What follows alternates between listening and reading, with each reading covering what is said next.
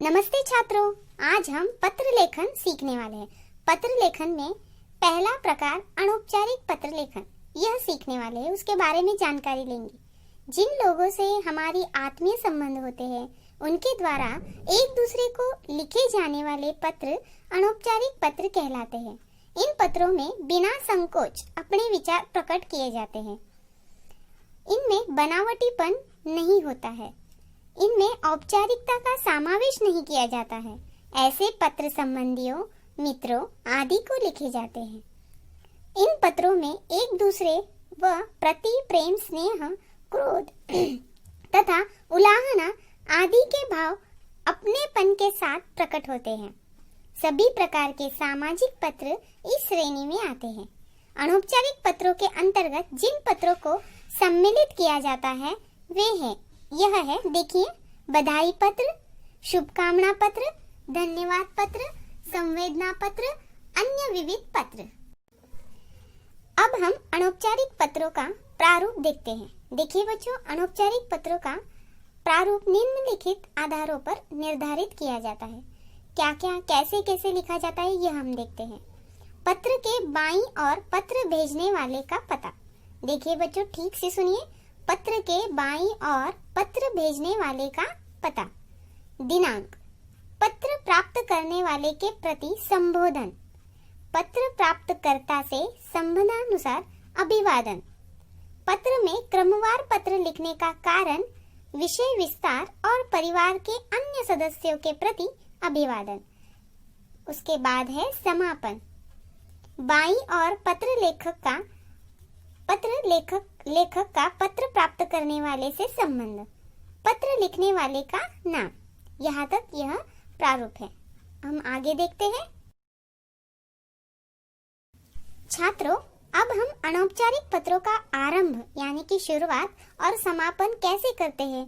जब हम मित्रों को लिखते हैं, हमारे बड़ों को लिखते हैं या हमारे सहेली को लिखते हैं, तो हमें कैसे पत्र का आरंभ करना चाहिए और समापन कैसे करना चाहिए, यानी कि अंत में क्या लिखना चाहिए, यह हम अब इस चार्ट के द्वारा देखते हैं। देखिए बच्चों, संबंध, नाम, पद, यानी कि अपने से छोटों को क्या लिखना चाहिए, मित्र, सहेली, बराबर वालों को, अपने से बड़ों को क्या लिखना चाहिए, यह हम देखने वाले हैं। देखिए, अब अपने से छोटों को संबोधन में क्या लिखना है, प्रिय चिरंजीव और उनका नाम। और हमारे मित्र, सहेली या बराबर वालों को संबोधन में लिखना है प्रिय, प्रियवर, बंधुवर या मित्रवर। और अपने से बड़ों को जब हम पत्र लिखते हैं तब हमें संबोधन में क्या लिखना है, आदरणीय, पूजनीय या पूज्य, जो संबंध हो वो लिखना है। देखिए, अगला है अभिवादन। अभिवादन, हम अपने छोटों को जब पत्र लिखते हैं तो अभिवादन में क्या लिखना है, सुखी रहो, शुभाशीष यानी आशीर्वाद।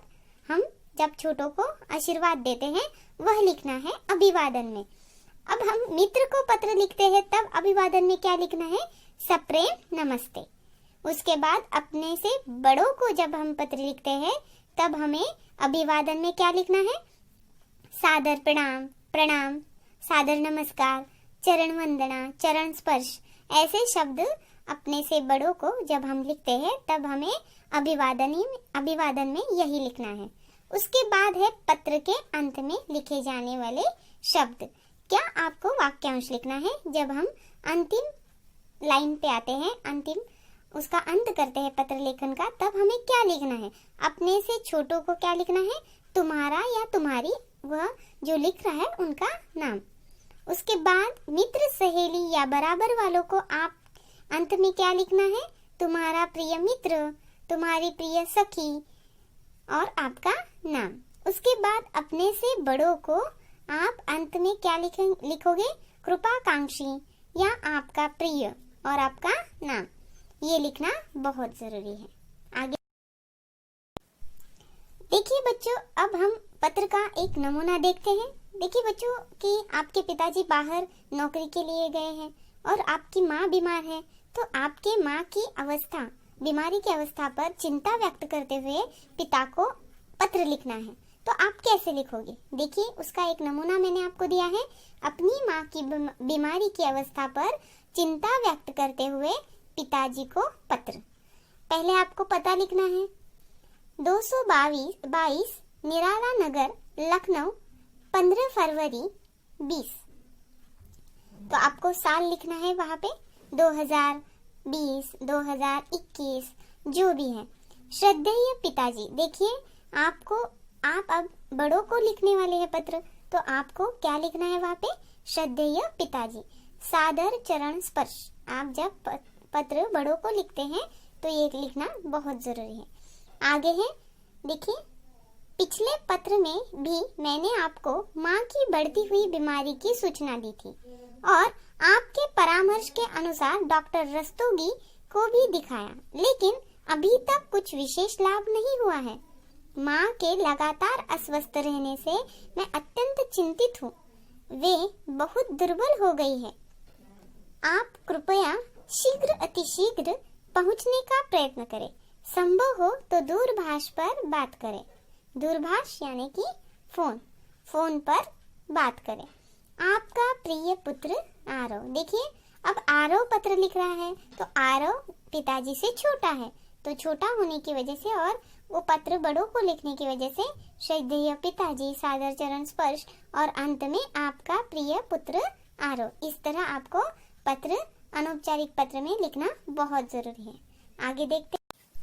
अब हम देखते हैं कि छोटों को पत्र लिखते वक्त हमें क्या क्या मायना उपयोग में लाना है, आरंभ कैसे करना है और अंत कैसे करना है। देखिए, आधुनिक तथा खर्चीले फैशन की होड़ छोड़कर परिश्रम करने की प्रेरणा देते हुए छोटे भाई को पत्र। अब हमें छोटे भाई को पत्र लिखना है, तो कैसे शुरुआत करनी है यह हम देखते हैं। देखिए, पहले पता लिखना है 17 नवंबर 2000, जो भी है 20 है 21 है वो लिखना है।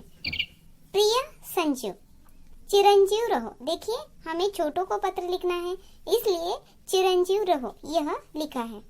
कल ही माँ का पत्र प्राप्त हुआ है।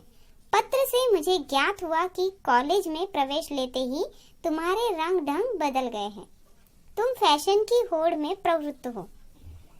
प्रिय अनुज, फैशन आडंबर एवं दिखावे के लिए किया जाता है।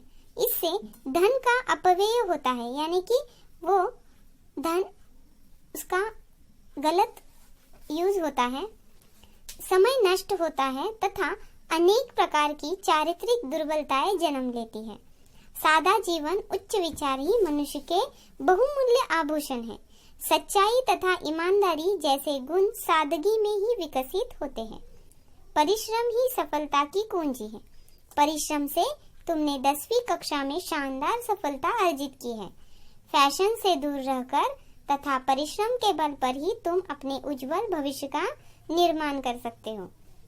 शिक्षा काल में तो फैशन विष के समान है। शारीरिक, हम आगे देखते हैं, मानसिक तथा आध्यात्मिक शक्तियों का विकास ही शिक्षार्थी का लक्ष्य होना चाहिए। मुझे विश्वास है कि तुम फैशन की प्रवृत्ति से दूर रहोगे और परिश्रम से अध्ययन करोगे। तुम्हारा शुभचिंतक पल्लव। देखिए, बड़ा भाई छोटे भाई के लिए उन्हें गाइडेंस कर रहा है, कुछ न कुछ बोल रहा है, उसे समझा रहा है कि किस तरह वह कॉलेज जाएगा, अपने पढ़ाई के ऊपर ध्यान देगा, यह समझाने की कोशिश इस पत्र में बड़े भाई ने की है। तो इसलिए अंत में क्या लिखा है? तुम्हारा शुभचिंतक पल्लव। आगे देखते हैं। देखिए बच्चों, आज हमने पत्र लेखन में अनौपचारिक पत्र के बारे में जानकारी ली। तो आपको यह मैंने जो सिखाया है वह समझ में आया? Yes ma'am. Yes ma'am. तो बच्चों, आपको आज होमवर्क देना चाहती हूँ कि आपको क्या करना है, यह जो मैंने आपको जो सिखाया है वह अपने कॉपी में लिख कर रखना है और अपने मन से एक अनौपचारिक पत्र भी लिखना है। ठीक है? Yes ma'am.